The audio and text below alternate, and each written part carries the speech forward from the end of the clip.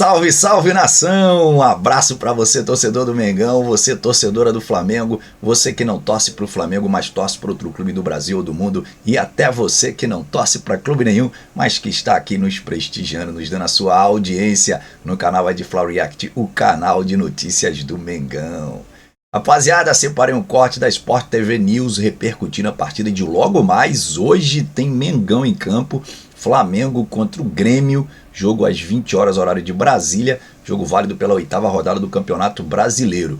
O Flamengo que busca aí retomar a primeira posição da tabela, primeira posição essa que foi perdida, foi assumida pelo Botafogo depois da vitória sobre o Fluminense do placar de 1-0. Então o Botafogo tem 16 pontos, está à frente do Flamengo 2 pontos, e se o Flamengo ganhar a partida de hoje, espero que isso aconteça, o Flamengo reassume a liderança do campeonato. O Flamengo está sendo ameaçado pelo Bahia, né? Tem ali também o São Paulo e o Atlético Paranaense que podem chegar no Flamengo na rodada de hoje, a rodada que se finaliza hoje. O último jogo da rodada, às 21h30, o jogo entre Palmeiras e Vasco da Gama. Eu vou apresentar a tabela para vocês antes de passar o vídeo com o corte da Sport TV News, tá bom? Acompanha a tabela comigo, jogo rápido e a gente já volta. É isso aí, rapaziada, tabela do Campeonato Brasileiro, 8ª rodada, tem o Botafogo na liderança do campeonato, com 16 pontos ganhos. O Flamengo em segundo lugar com 14 pontos ganhos, o Bahia é o terceiro com 14.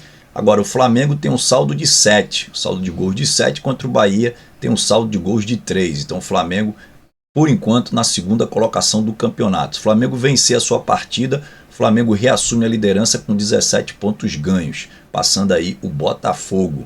O Bahia também pode assumir a liderança do campeonato, claro, contando com o tropeço do Flamengo, né? Bahia tem um saldo de 3, teria que ganhar, dar uma goleada, e o jogo do Bahia é um jogo difícil, é contra o Fortaleza, embora o jogo aconteça na Arena Fonte Nova, então na casa do Bahia, mas é um jogo complicado para o Bahia, sempre complicado enfrentar a boa equipe do Fortaleza. O São Paulo está ali em quarto lugar com 13 pontos ganhos, o Atlético Paranaense com 13 e o Atlético Mineiro também com 13. O Atlético Mineiro já fez o seu jogo da rodada. O Atlético Mineiro tem 7 jogos e vai fazer o 8º ainda, só que nessa rodada o Atlético Mineiro não tem condições de ultrapassar o Flamengo, nem o Bahia, nem muito menos o Botafogo. Agora, o Atlético Paranaense sim. O Atlético Paranaense vai fazer um jogo teoricamente simples, não tem muita complicação, vai enfrentar o Criciúma. Deixa eu descer aqui para você ver os jogos comigo. Olha aqui, ó. O Atlético Paranaense enfrenta o Criciúma e o Bahia, como eu falei, enfrenta o Fortaleza. O jogo do Bahia é às 21h30, enquanto que o jogo do Atlético Paranaense é o mesmo horário do jogo do Flamengo, às 20 horas, horário de Brasília. Então o Atlético Paranaense tem que ficar de olho nesse, embora tenha muito campeonato ainda pela frente, né, pessoal, mas a gente tem que ficar de olho, porque a gente sabe que é um campeonato de pontos corridos, então qualquer jogo é uma decisão. Então torcer para o tropeço aí do Atlético Paranaense. Se o Flamengo vencer a sua partida, não tem que se preocupar com nada, e é isso que eu penso que vai acontecer, tá bom? O Flamengo vai reassumir a liderança do campeonato. O São Paulo também é para a gente ficar de olho, embora o São Paulo tenha uma pedreira pela frente, sempre acho difícil enfrentar o Internacional do Heriberto Russell.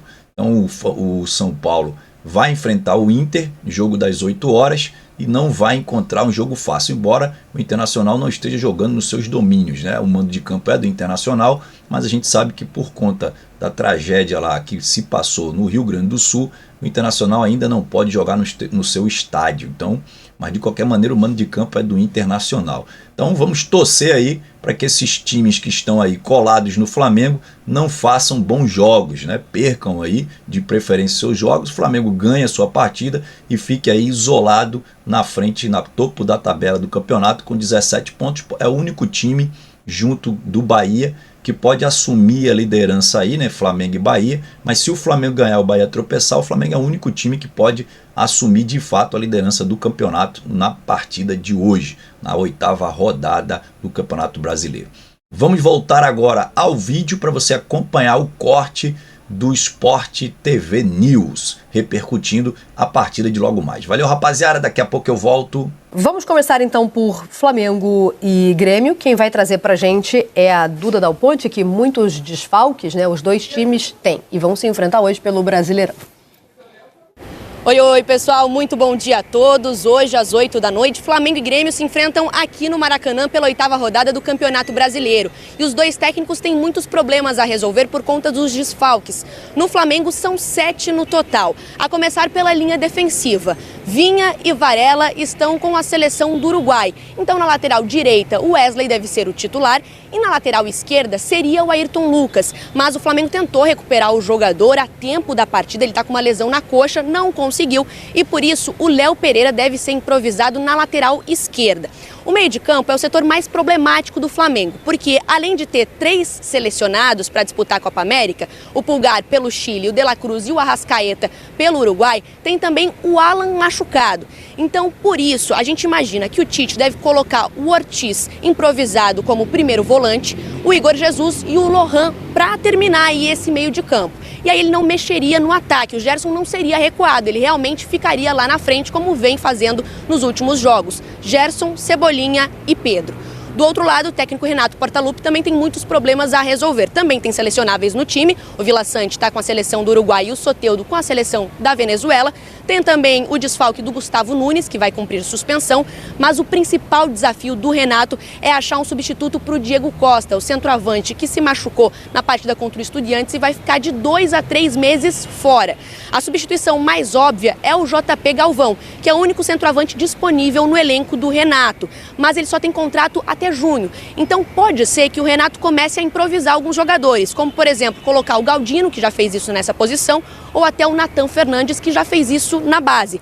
Outra opção seria mudar o esquema tático. Daí colocaria mais um nome no meio de campo e iria com apenas 2 atacantes. A bola rola às 8 da noite aqui e aí a gente sabe, 1 hora antes, às 7 horas, como é que esses times vão se portar, vão ser escalados pelos técnicos Tite e Renato Portaluppi. Um abraço a todos. Beleza, muito obrigada, Duda. O Flamengo, que até antes da vitória do Botafogo sobre o Fluminense, era o líder do Campeonato Brasileiro, né? Daí a gente teve a pausa para o jogo da... A pausa. A rodada foi interrompida para o jogo da seleção. Hoje, sim, ela é retomada. Botafogo só perde líder. A liderança ao final da rodada. Mas, enfim, o Botafogo... Temporariamente, por o Botafogo... 2 noites, pelo menos... Temporariamente, o Botafogo é líder... Mas precisa do complemento da rodada para confirmar a liderança do Botafogo. É isso. O Flamengo cheio de desfalques, muitos pela Copa América, alguns por lesão e em algumas posições tem desfalque pela Copa América e por lesão. No caso da lateral esquerda, Vinha e Ayrton Lucas vai jogar o Léo Pereira de lateral esquerdo. No meio de campo também não tem um jogador que é o Pulgar pela Copa América e o Alan machucado. Não tem o volante, vai jogar o Léo Ortiz de volante. Então, o Tite tem que fazer alguns malabarismos ali para montar o time com todos os desfalques. E mostra que o Tite não gosta dos 3 zagueiros, né? Ele poderia muito bem adaptar o time para uma função com 3 zagueiros e aí sanaria pelo menos uma dúvida na questão da lateral esquerda, mas ele opta pela linha de 4. Ainda que o Flamengo, com todos esses desfalques, escale times melhores do que a maior parte, mas a maior parte do campeonato inteiro, tá? Se você pegar, talvez 4 times consigam escalar melhor do que o Flamengo, com o Flamengo com todos esses desfalques. Peraí, acho que mais, hein? Mais? Tô falando de nomes, não de desempenho, tá? Tá, não. Até porque o próprio desempenho do Flamengo não vem sendo tão bom. Mais do que 4? Vamos lá. Palmeiras. São Paulo. Palmeiras, São Paulo e Atlético Mineiro. Atlético Mineiro. Isso. Atlético Paranaense, não? Não. Internacional também tem desfalques, não. O Grêmio também não. Mais do que 4 eu acho difícil. Não. O Fluminense, não. O Fluminense tá jogando muito mal. Mas exatamente. Se você pegar os nomes do Fluminense... Verdade. Pode ser, mas futebol que o Fluminense apresenta... É verdade. Muito ruim. Então esse time do Flamengo que vai a campo é um time para jogar, para disputar G4 de Campeonato Brasileiro. Sem dúvida. Você tira 7 jogadores. Você tira 7 jogadores, disputa, o time é um time para disputa de G4 do campeonato. E aí o Dorival ajudou no chamando o Pedro, né? Então aí o Flamengo fica mais forte. Então, vêm embalados de formas diferentes, né? O Flamengo, tô olhando aqui pro Brasileirão, 5 vitórias seguidas, 16 gols marcados e só um sofrido, tá? É bem verdade que tem todos esses desfalques por Copa América e por lesão. Mas o Grêmio vem embalado, e aí eu vou olhar para a Libertadores. Cheio de desfalques também. Então, mas peraí, ó. Conseguiu a classificação, chegou a ser lanterna, né? No grupo, conseguiu a classificação às oitavas na Libertadores, mas no Brasileirão, se a gente olhar para a competição nacional, vem de uma derrota, tá?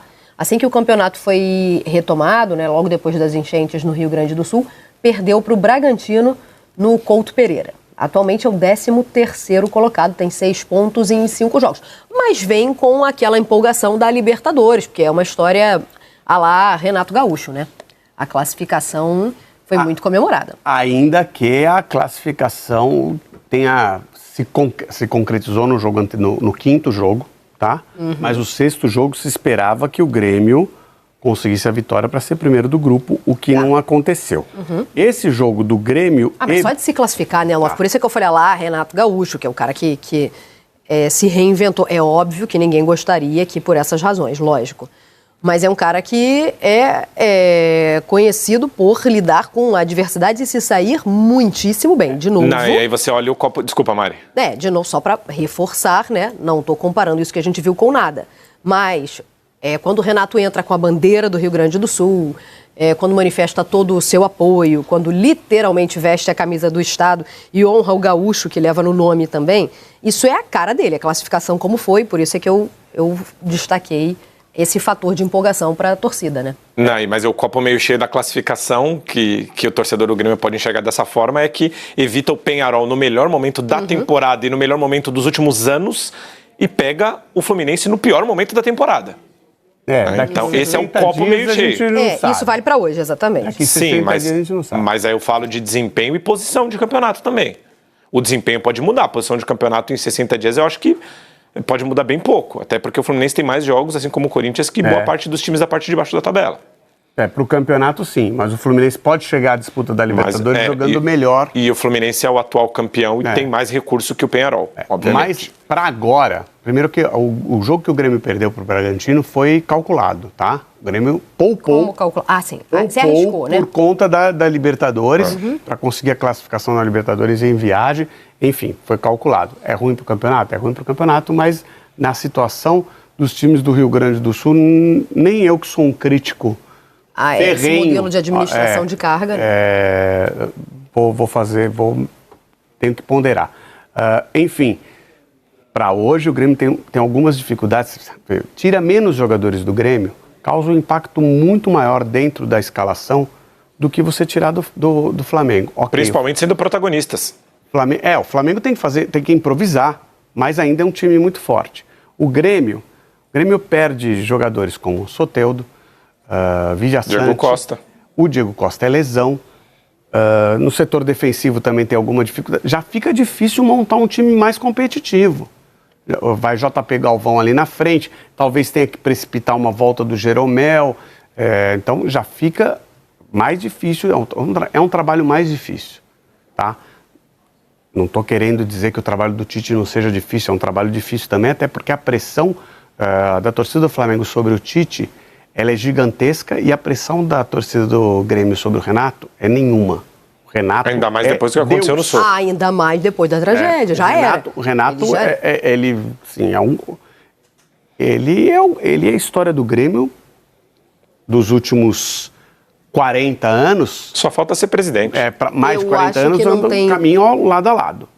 Tá? Então, nós estamos falando de 40 anos de história. Por mais que ele tenha saído, jogado em outras equipes, jogou no próprio Flamengo, jogou no Fluminense, foi campeão, a história deles, a história de Grêmio e Renato caminham nos últimos 40 anos. Personificada nele, eu diria, nos últimos anos, com certeza.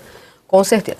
É isso aí, rapaziada. Muito obrigado por ter ficado no vídeo comigo até aqui. Obrigado pela sua audiência. Se você não é inscrito no canal, lembre-se de se inscrever no canal, ativar o sininho das notificações na opção todos e deixar aquele like maroto para fortalecer o nosso trabalho.